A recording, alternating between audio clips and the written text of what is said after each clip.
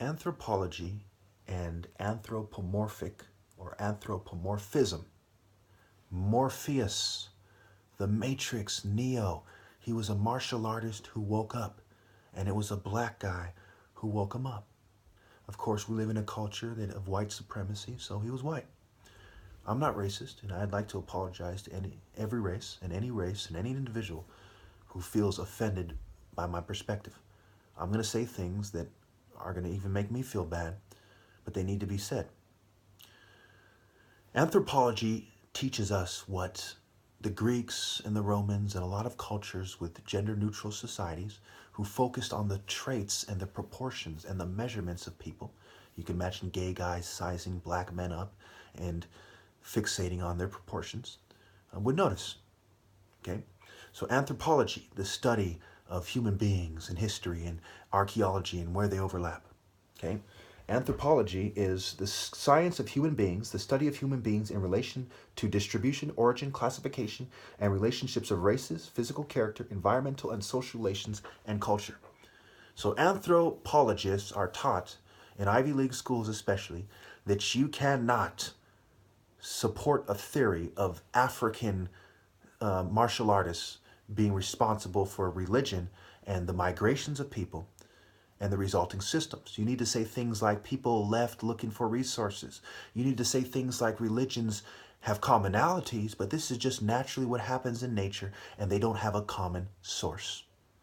It's stupid, right? It's almost like saying that people evolved from primates or some other form independently in different areas.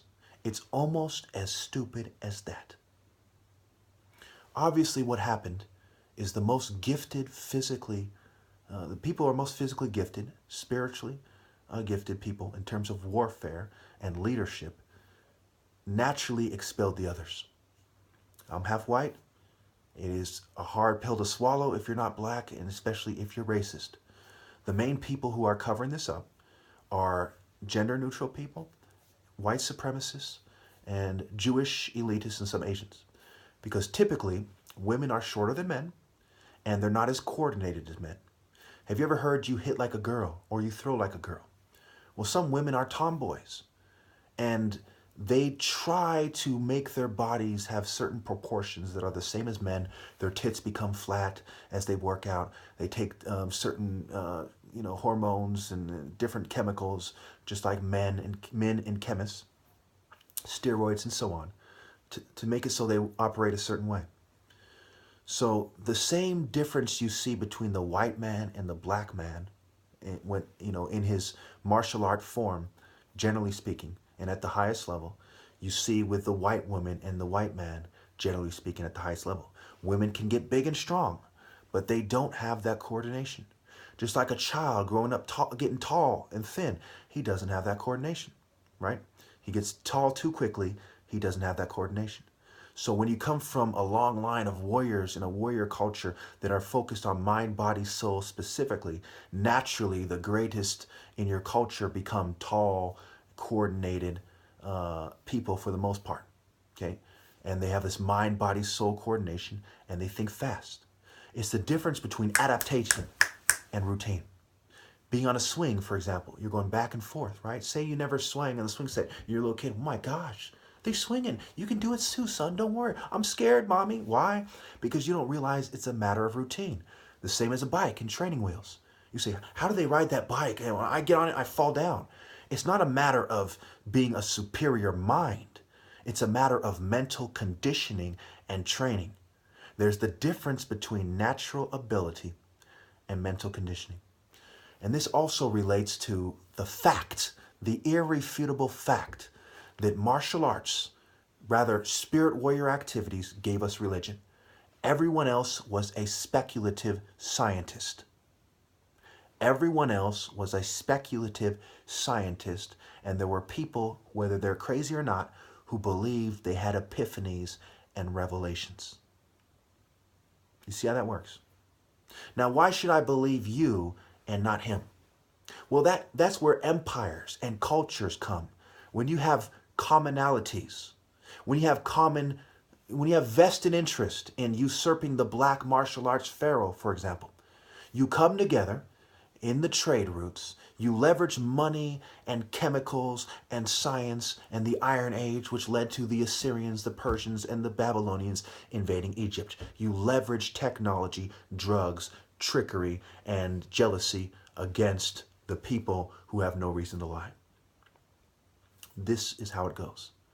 If you truly care about connecting to God, you will separate yourself from your race. No Igbos really stand with me. No race really stands with me. I'm pretty much by myself. I'm part black, part white. In my tribe, the Igbos, have 30,000 practicing Jews, and I consider myself part Semitic. I'm not racist. Many of you have seen me wearing a Chinese kung fu gi in most of my videos, perhaps. I'm not racist. I've dedicated my life to the truth.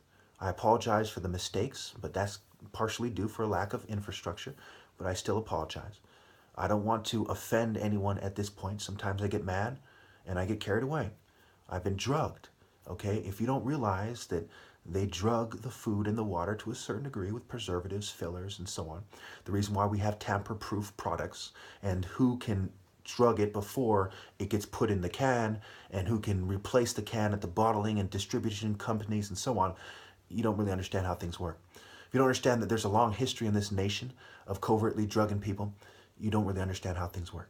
Okay, I am covertly drugged and I'm led astray to a certain degree, but my arguments, my key points are sound. So basically, religion is the black man's lane. Everyone has a lane and a place in the order. As a result of their culture, they do some things great and they don't do some things so well. In my opinion, with all due respect, white people, generally speaking, are shallow. I'm part white. My mother's white. She tries to be spiritual. She's a scholar, and she has interesting philosophies, but she doesn't quite get there. It has to do with regeneration. White people moved in a very materialistic angle. When they came up with the Bible, they didn't do it from their pure heart. It was a compromise between the pagan scientists and the rapists and the pedophiles and the Christians, and even a lot of the Christians, like we have today, are white supremacist churches that don't bring up things like Cush begot Nimrod, and he was a mighty one before the Lord. They never tell it in a way that gives the black man even a hint of credit. They killed Martin Luther King and Malcolm X. They are screening me out. This is how things work. Religion on the highest level, the Pharaoh, the founders, the main prophets, the foundation of religion, Black Egypt, Cush, Ham and Shem together, and so on. This is not represented in our society. We have a racist society.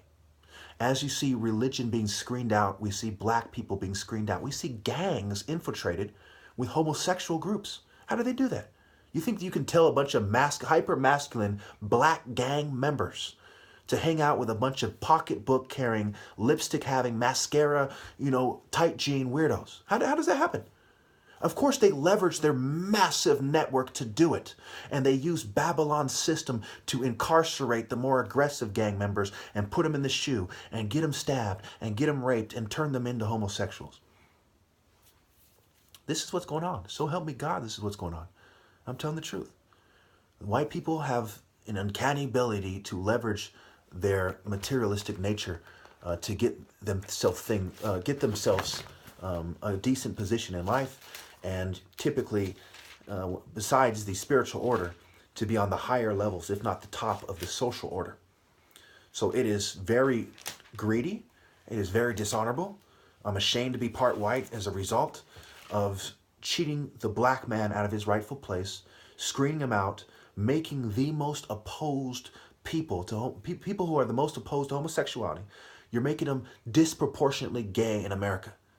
Of course, this is part of it. Manifest destiny, the ship cargo. You want to manifest the destiny of the Eri of Igbos. 1.5 million Igbos were taken as slaves, perhaps the largest group of Africans taken as slaves from the coast of Nigeria, the most densely populated country in Africa. Some people have even speculated that Muhammad was black, and that is why a lot of these Arabs, perhaps, and Islam in general, did not want to highlight the image of Muhammad. There's a lot of this racism going on here, And so when we go to the story of Adam and Eve, we get to Cain and Abel, okay? When Cain is mad about the offering. Okay, here we go. In Genesis 4. Genesis 4:6. Then the Lord said to Cain, "Why are you angry? Why is your face downcast? If you do what is right, will you not be accepted? But if you do not do what is right, sin is crouching at your door. It desires to have you, but you must master it." Okay.